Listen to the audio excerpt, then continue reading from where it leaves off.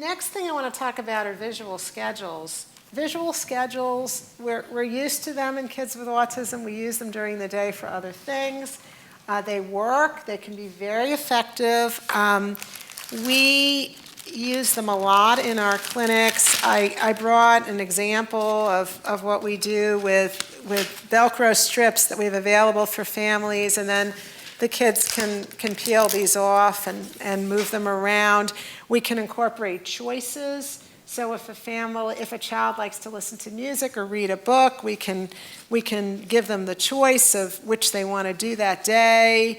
And we're going to go through a bedtime routines worksheet where we actually construct a visual schedule based on the worksheet next.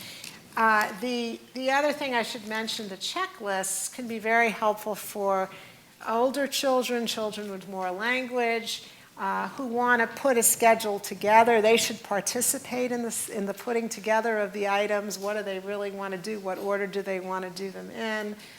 With the aid of the worksheet. So how does the worksheet work? So this is the first step in filling out the worksheet. The family looks at the activities on the left and checks whether each of them occurs, taking a bath, washing hair, variety of other tasks you might see here. And then, is the activity easy or hard, and is the activity stimulating or relaxing? I'm sorry, there's a typo. It's not simulating, it's stimulating. So the idea would be taking a bath could be really easy for a child, and they enjoy it and they love it, but at the end of the bath, they're really wound up and stimulated. Another child might find a bath to be easy and relaxing, while still another child may find it to be hard and stimulating. So it really depends on the individual child. It's hard for an activity to be, or it's unusual for an activity to be hard and relaxing. It's usually easy and relaxing, or easy and stimulating, or hard and stimulating. But making the distinction between these is important because it helps you figure out what tasks to put earlier in the night and what tasks to put later in the night and what tasks to maybe move out of the bedtime routine altogether. So if the child is finding a bath to be stimulating and hard, it may be an activity you want to move out of the whole bedtime routine and do after dinner. And then likewise with some of these other activities, brushing teeth might be really hard. Reading might be really might be stimulating or relaxing, depending on the child. And then we also have them rank other activities that aren't on this list. So we put other ones on, and then using the information from the bedtime routine worksheet, we have the family plan a bedtime schedule for their child. And this is where they rank the different activities in order. So this is an example of a completed bedtime routines worksheet. So the parent wrote down which activities occurred with an X next to them, and then labeled each activity as either E for easy or H for hard. So in this case, taking a bath was easy and relaxing. Washing hair was hard and stimulating. Changing into pajamas, getting a drink was easy and relaxing. Brushing teeth was hard and stimulating. Using the bathroom, easy, relaxing. And then the parent also put a couple of other activities that weren't on our list. Playing with cars was easy and relaxing. Watching videos was, as you can imagine, easy and stimulating. And then they ranked them in the order of preference that the child liked them. As you can imagine, watching videos was number 1. But playing cars was number 2, which is good, right? Because that was easy and relaxing as opposed to easy and stimulating. And then the other activities were ranked. And then with this worksheet, the parent was then able to put together a bedtime routine. So the brushing teeth was hard and stimulating, so that was early on. And then they took the videos out altogether. They put the cars in, though, and the drink and the bath and the bathroom and the PJs. And the child was still happy because they found another time of the day to do the videos apart from bedtime. And then the cars was still in there, so the child was happy. So the cars, so then you could go to this and you could arrange it in the order that would fit the bedtime routines worksheet. Okay? And then the next key is to teach the child how to do this. And we actually have a tip sheet, a quick tip sheet on the visual schedule. And it's not as simple as just you hand this to the child. You really want to have the child take ownership of this and have them physically go through it, manipulate the schedule, and reward the child for following the schedule. So even if the child, it's sort of like potty training, even if the child doesn't fall asleep with the schedule, just following the schedule every night and doing everything in order and being consistent, you want there to be a reward for the child because you want to show them that they're being rewarded for following through on a task. And we've been really, as I said, we've been really creative with these. You can, if you have a child with limited verbal skills, there's another tip sheet that talks about putting a schedule together using real items rather than picture items. For example, using a real bar of soap, real bottle of shampoo, real comb or brush, a real book, so that they can see these items, or you can have little boxes set up where they have box 1, box 2, box 3, and each box has the item in it. So you can be really creative with the visual schedule. Some people will take photographs because the photograph is easier for the child to follow than the picture icon.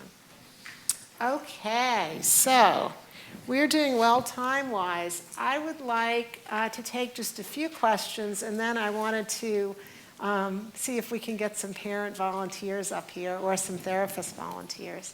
So first of all, are there any burning questions on what I've said? Yes? I have a question about napping. So if you have a child that gets up at 2 o'clock in the morning, 3 o'clock in the morning, and stays awake all day, preschool, intervention, the whole thing, often it's really hard to keep him awake for that consistency of Right. all that, because that's always done. But it really throws a big curveball in the scenario when you have a child that's up for, so I guess my question is, what is normal for a child to be awake? What is, like, we're talking about sleep, but how long does a child normally stay awake for in a day? It's normal. Right, I see what you're saying. So, yeah, so there's a few things. The first is, my hope is that with implementation some of these strategies, the 3 a.m. will become later. Okay, so that would be good. The second is, I'm glad you brought up the question about the naps, because I didn't want to make it sound like we wouldn't encourage any naps. Certainly young children need naps, and even older children need naps on that kind of a schedule. And even, I have a teenager who wakes up at 6 a.m. to get ready for school, and he takes a nap in the afternoon. And I think after he does all of his school stuff, I think that there is a role for naps as long as they don't interfere with sleep at night. And I think that you just have to think about the timing. In general, if you're planning a 9 or a 10 o'clock bedtime, you don't want the nap to be any later than 3 o'clock or so in the afternoon. And it could vary. Some kids it needs to end by noon or whatever.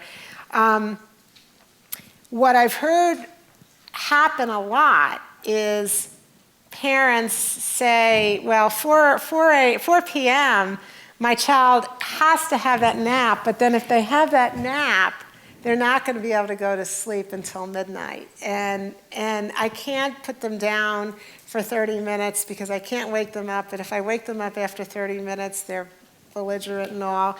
And what will sometimes help with that child is actually to do some stimulating exercise in the afternoon. Again, not too close to bedtime, but a walk or something, or in the summer, some sort of go to the pool or whatever, to try to get that kid over the hump. And then the advantage is they'll be sleepier at bedtime because they've exercised.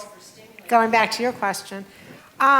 Well, or overstimulated, but that's why you don't want to do it too close to bedtime. But what you're doing is you're kind of substituting exercise for a nap to kind of keep them awake and get them over the hump.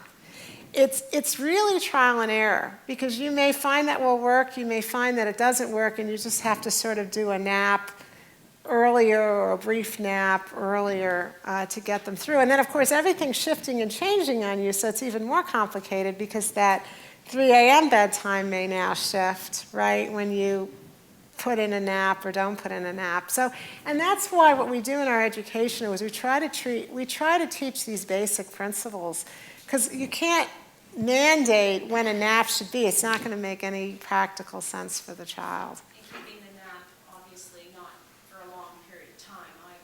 Like if he's gonna nap, it will be like it's 2 to 3, that's it. Because that seems to make Yes. sense too. Yeah, definitely limiting the nap, which is easier than said than done sometimes. And I've had parents tell me it's harder to limit the nap than it is to have them jump into the pool or whatever. Yeah. So, or play basketball or It's a whatever. tough one.